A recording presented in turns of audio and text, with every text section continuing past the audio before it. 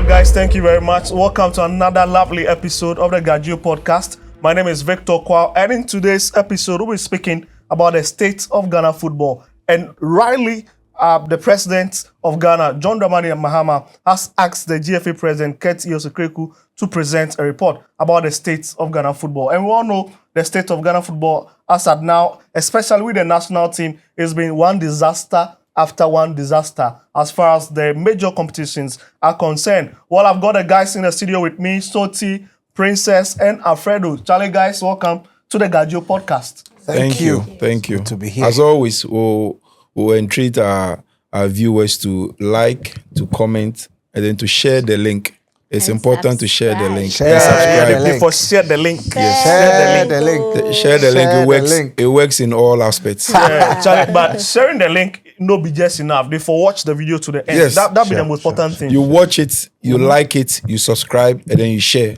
Yeah. Se- Then you comment. Perfect. The comment they hear, Princess has everything. Yes, Princess, the comment with the Shouts to Just comment Ebenezer. Shouts for to me. Ebenezer. Charlie, okay, so Ebenezer, shout out to you. Let's get straight into business. Well, the state of Ghana football. Alfredo, the state of Ghana football. Somebody go be say, what be the state of Ghana football? Yeah, the state's not really be like that, if you are being honest. But before we get into the state itself, you mentioned the president asking for a report from the Ghana Football Association, which I think is a step in the right direction. If you recall the mantra that this new government came in with, the idea to reset Ghana, and I don't think they only meant that economically. I think they are resetting all aspects of the country, and sports is included. Usually, when these politicians make these statements, we tend to limit it to the economics, agri, and education and transport, the areas that we consider important, and then we forget the sporting angle. So it's refreshing that at least for once in a very long time, we've had a president who is also keenly interested in what is happening in our sports space and asking for a report from the FA. I mean, some could argue that why is he not asking a report from the other federations? I mean, as a nation, we all know that the heartbeat and soul of our sport is football. It was football and boxing, athletics, but in recent times it's been football. So it's a step in the right direction. If you're a football fan, if you're a sports fan and a football fan, and specifically, this is something that will please you. Why would this please you? Over the last 5 or 6 years, it's fair to say that when a football take a nosedive, small. That is me being polite. When a football take a nosedive, small. Polite. Yes. If you check the last AFCON, but before I come to the AFCON, you see, usually when you say when a football they deep, the pushback they get from the FAB say, why are we only focusing on the Black Stars? There are other national teams. There are about 12 or so different national teams. Yeah. Why do we always focus on the Black Stars? Why can't we also talk about the successes of the other national teams? But what they must know is that your under 17 can do well.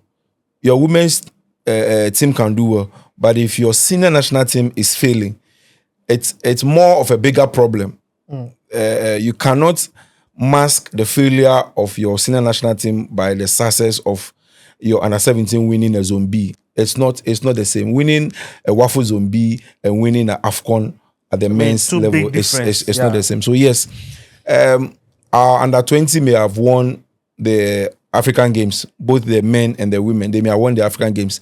The under 17 may have qualified for the waffle zombie and all that. But until we see success at the Black Stars level, it's the FA is always going to be described as a failure because that is the yardstick, that is the measure by which you'll be the standard by which you'll be measured. So if you go by that principle, it's fair to say that the FA hasn't performed quite as well as they would have liked. If you check the last three AFCONs that we've played, we failed to qualify from the group in the last 2 editions, if I'm not mistaken. I think we've won just 1 game in their last 3 editions as well. It's not the very best, and I think the FA or the president is right to ask for the report, because there's been a lot of complaints from Ghanaians about the state of our game.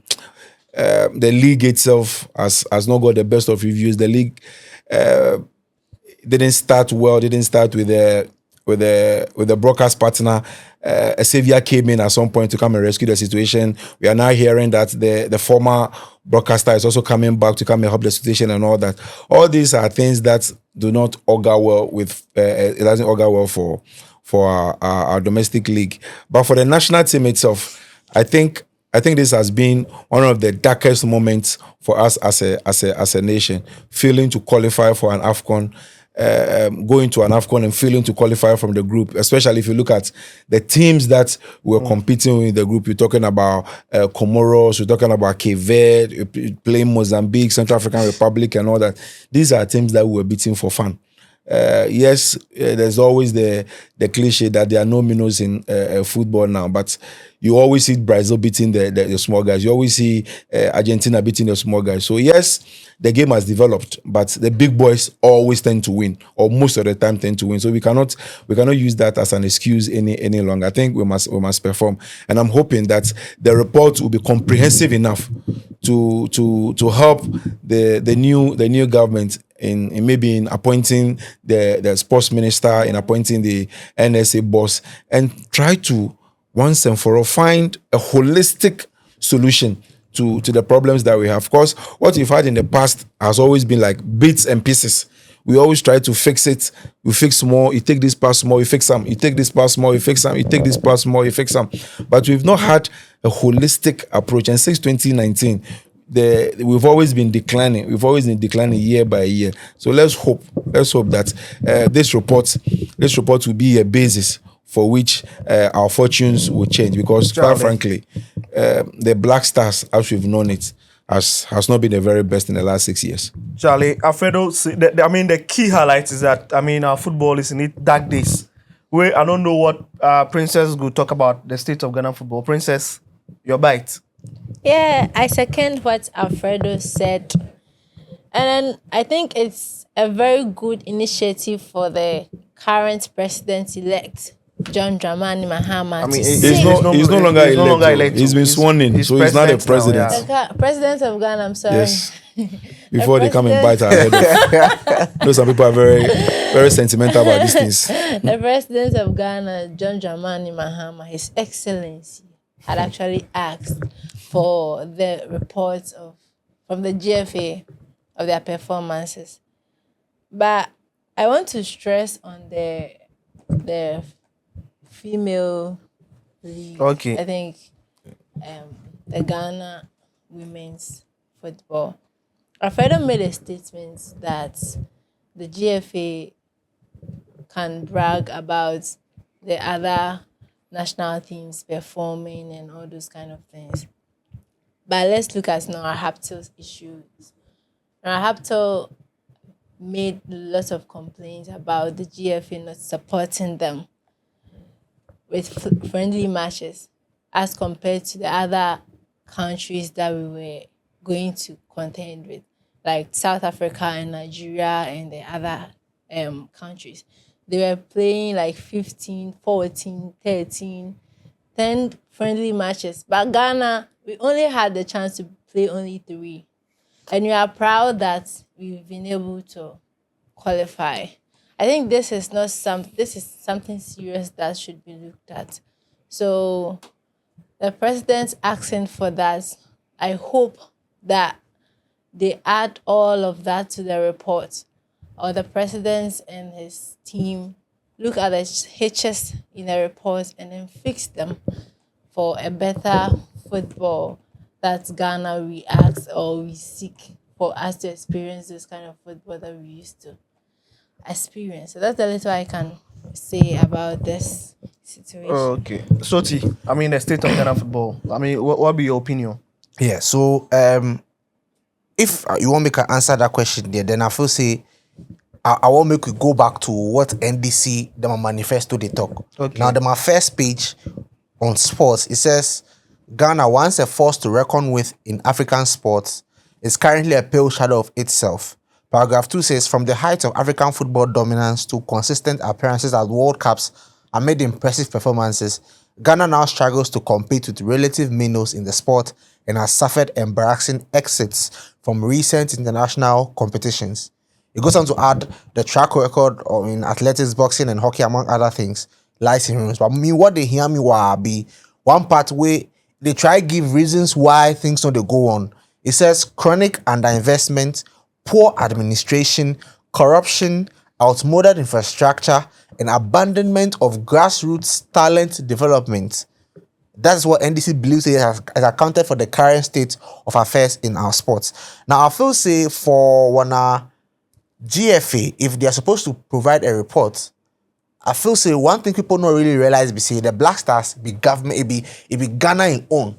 It be the GFA, the NSA, and the Ministry of Youth and Sports. People don't really they realize that thing. More times we figure say it be GFA. No, it be Ghana one, I think. But the GFA in product be the GPL. That one, you rarely go feel question the sports ministry about the GPL. If you want to ask about GPL, you for go the FA inside. So in my report, I expect to see the GPL for feature clearly. And if I talk about the state of the league, the allegations people have made about mafia, about refereeing interference, especially because of where they come from the number 12 documentary for feature. And I anticipate something. People know they wreck this thing, but as I they practice this profession, I can't realize say there's a rift between the GFA, the NSA, and the Ministry of Youth and Sport. And I feel say if I play out in this report. Because anytime you go talk to the GFA people, then get away, if you blame, then they apportion them to either the Ministry of Youth and Sports or the NSA. Now, if you go to the NSA people too, they always get some way. No, with the GFA no consult we go mafia them, we go show them, say this, that. The sports ministry to put to them, get them at things. And usually they play out after every AFCON fiasco. The last parliamentary committee, that time, Honorable Wisdom Woyomi, they had gone K2 South and I've forgotten the constituency, but the former chairman of the parliamentary select committee on sports, yes, then do some committee where I think they invite the DIU, they invite the GFA, they invite some of the ex-players. Yes, ex-players. Yeah. So the one we happened, this be the second one actually. The first one was after the Cameroon. Before this, after the Cote d'Ivoire one. So this be the second one with them do, So I realize say there's a lot of friction. Yes, friction. Everybody wants to show the other person where the power they lie. Meanwhile, the National Sports Authority Act is very clear in all these things, So I feel say that for feature. So for me, the GPL for feature heavily, even though the Black Stars ones there, the NDC now they know that part already from the manifesto, page 126. But for me, what be very key for me is the GPL for feature permanently, attendance to the league, the lack of broadcast sponsors, the allegations being made by former ESCO members for feature. The fight that perceived rift between the NSA, the GFA, and then the Ministry of Youth and Sports. I beg, if any person in government they watch me, if that thing no the report inside, then for call them back, make them play something for inside. Because it be something then for watch inside. If key stakeholders within the industry cannot collaborate for the effective running of the industry, then where will they go? So that one too for feature heavy and prominently. So for me, Alfred and Princess talk about that. For me, all I foresee be the GPL, and then other issues about the league especially. So as you mention the GPL, then those things, you be like say you peel the next question I want to ask. So make you just complete in 1 minute. What just mention the things you want to see for the report inside. Then I will go Alfredo then. So for me, I want to see. Well, you mentioned GPL already. Yeah, so I want to see my idea about the GPL. Okay. I want to see who they are blamed to for and when poor performances. Would they say whether it's technical? Would they say it's logistical? Whether it's administrative for when poor performances from the national teams and other things? I want to see what they go talk as their achievements. I want to see what they say about Narahoptil's situation. What then go talk, because the woman she expressed if they follow for LinkedIn but she gets something she they talk. She expressed Express herself there. exactly according to what Princess they talk. You said other countries have played how many? Yeah, 15 times. 15, Yes. 12, and I mean, and it's clear. It's Yeah. very, very clear that Yeah. our outside the Black Stars, the other national teams, they get friendly matches. No. And Princess be like the fourth or fifth person where they follow the women established football established in Ghana. We tell me this again. My boys be about 4 or 5 guys. Will tell me that thing. Say the woman they complain about lack of friendly matches to. So that boy, if you remember, sometime people they play friendly matches. Then the woman she travel go Europe, Israel, go scout. So instead of playing friendly matches, they go scout for players for what? You understand the whole thing. So I feel say women football for feature prominently. The government for scrutinize that document very well. Making not every line self then for scrutinize why, how, who should be blamed for this, that. I feel say at the end of the day, that report, the NSA will be privy to that report, the sports ministry will be privy to that report. So everybody go free, come explaining body as to who they blame for what or how. So I feel say that it'd be good idea. I'm only interested in seeing how it will be done. Okay. Before I go to Alfredo Princess, 2-3 things you want to see for the report inside. Well, what I really want to emphasize on, like, from them is the women's league. I just want to know what they are going to say about that, because the money that Haptor was requesting for was not any money. It's like It's about $50,000 or something for the friendlies. Yeah, appearance fee. Like, it's something small that they could have actually helped the woman with, but they didn't. So I just want to know what they say about our Haptor situation. That's all I want to know. Okay, Alfredo. I mean, that's 1 minute before. Yeah, and by way of education, I think you have to state this thing here. Yeah. It's not the duty of the FA to fund the national teams. True. It's the duty of the state. So if the Black Queens are not getting friendly matches because of financial issues, then the blame has to be at the doorstep of the FA and then the NSA, and not the ministry and then the NSA and not the FA. The FA is to organize the look for opponents, make arrangements and all that. But when it comes to, I'm sorry, but if you are saying we should blame the states, my question is, did the FA state that they wrote to the states that the women needed this amount or this amount, and the state didn't give them? Well, if the FA did not organize the games, so it's through them that the states actually help. So if the FA don't send the state any message that this and this and this is what they need, one thing I know for sure is that the FA has engaged the states on numerous occasions, even looking for funds to finance or to champion some of their programs. Okay. And the feedback they always get is there's no money. So sometimes it's important to be fair to the FA sometimes, because they have made proposals, they presented. I've spoken with one executive committee member who has totally said that they've made presentations, they made proposals to the states, but the pushback they always get is there's no money. And when it comes like that, you can't really blame the FA. It's not their duty to fund the national teams. What I'll be looking for in the report is, one, the state of our league and why the challenges that the league is facing and how the FA intends to solve them. Yeah. And also the challenges facing our national team, especially the Black Stars. Why suddenly we are no longer qualifying for AFCON, and even when we do qualify, we are struggling to win games. And as to whether the problems are technical, financial, or administrative, I think we need to see that as well. And a clear plan, like a clear 10-year development plan. We've heard about the DNA for about a year now. After the launch, we've heard very little about it. We need to know what's the plan for the implementation. What are the timelines? Why are we not implementing it? Is it because the document is not complete? Is it because there are no funds to implement? Is it because there's no cooperation from the other sectors? Because if you read the document is not out yet. There are some of us have had the privilege to read just snippets of it. The plan is to collaborate with the Ministry of Education so that they fuse education and sports, so that just like we have in the States, we have colleges and universities merging with the athletes. We need to get the understanding whether the cooperation is not coming from the other sectors, or we need to know what is happening. We need to know what is happening, because our sports is dying, and even if you extend it beyond football, even boxing that we used to brag about in the past is also.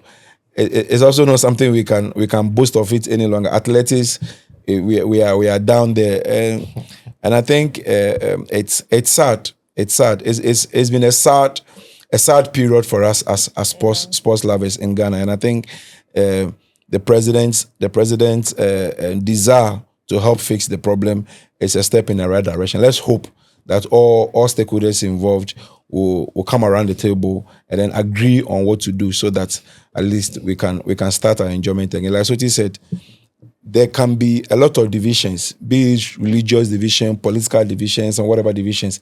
But one thing that unites all of us is our sports, it's our football. So once we have that going, I mean, there can be challenges around, but sometimes you don't feel the impact of the challenges when you are winning. We all saw the excitement that was in the country when the Black Stars performed so well at the World Cup in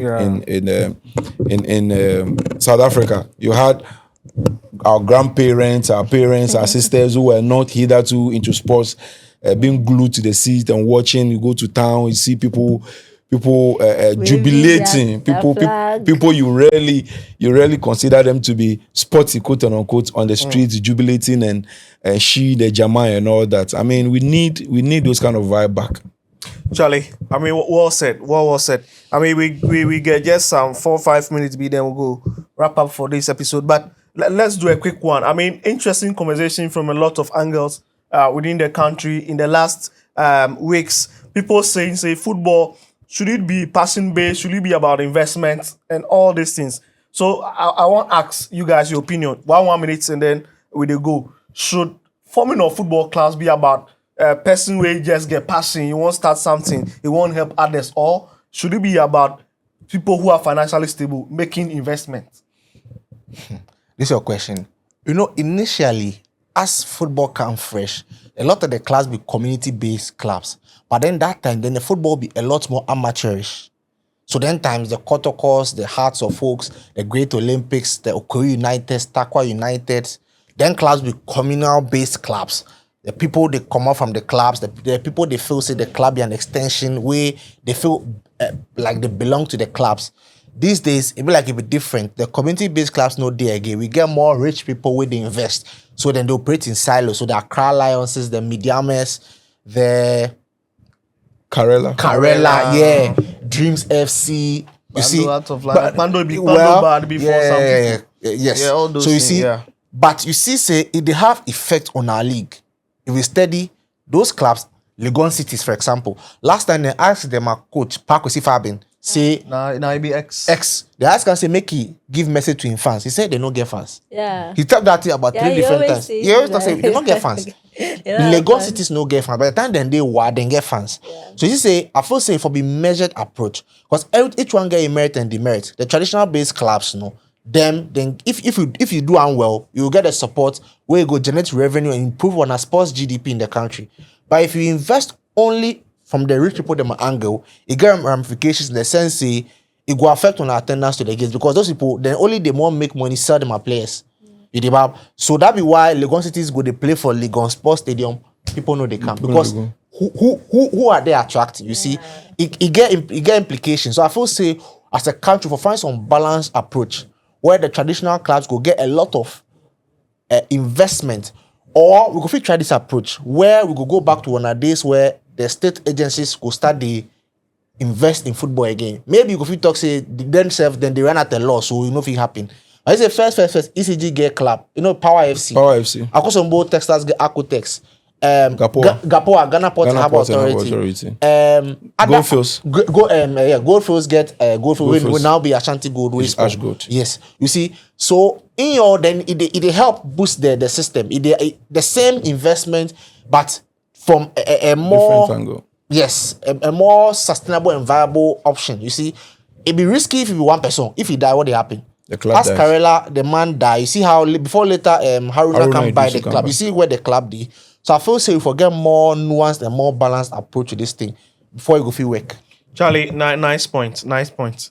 That one self, it help the companies too. Exactly. Because the fans, they love the club. They go purchase the whatever yes. service or Yes. I mean products the companies they produce give them. Yeah, I won't go Alfredo then Princess. Well, your question was, should it be about having passion or should it be left for those who are The wealthy people the too, wealthy too. people to well, me, if I am to be a wealthy person and like an investor, a business person, and I need money, like I would like to invest in something, and they buy players. If you are lucky, a scout can come and take a player and take the player to abroad or something like that and get money. So for business, for me, I would look at the business side.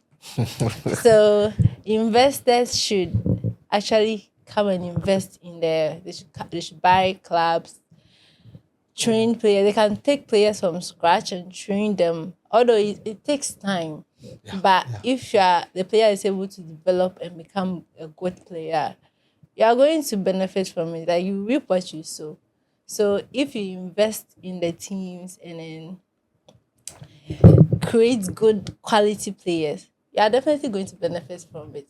So for business side, you shouldn't add passion to it. You should just go business and make money.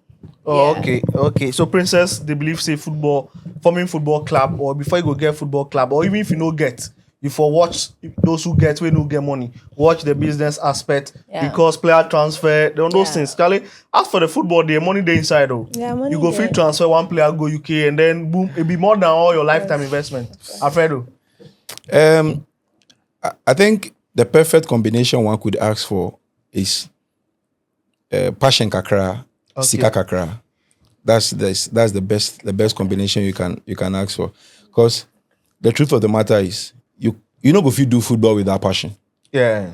Where if you get all the passion to, you know if you do one without money. Money, yes. So you need to be able to blend the two. You understand? Football first of all must start as a passion. Then at some point you will need the investment. What you no good at all be if the focus all go make investment. True. If the focus all go make investment, even forget about even a football club per se. Even if you're an agent, a football agent, and you have a player, and for you, your focus is always about money. You end up selling the player off or getting the player into a wrong deal because of the cuts that you want to get. So it's important to look at the business side. It's important to look at the money, but it's also equally important to have the passion. So yes, I think it's not a case of one or the other.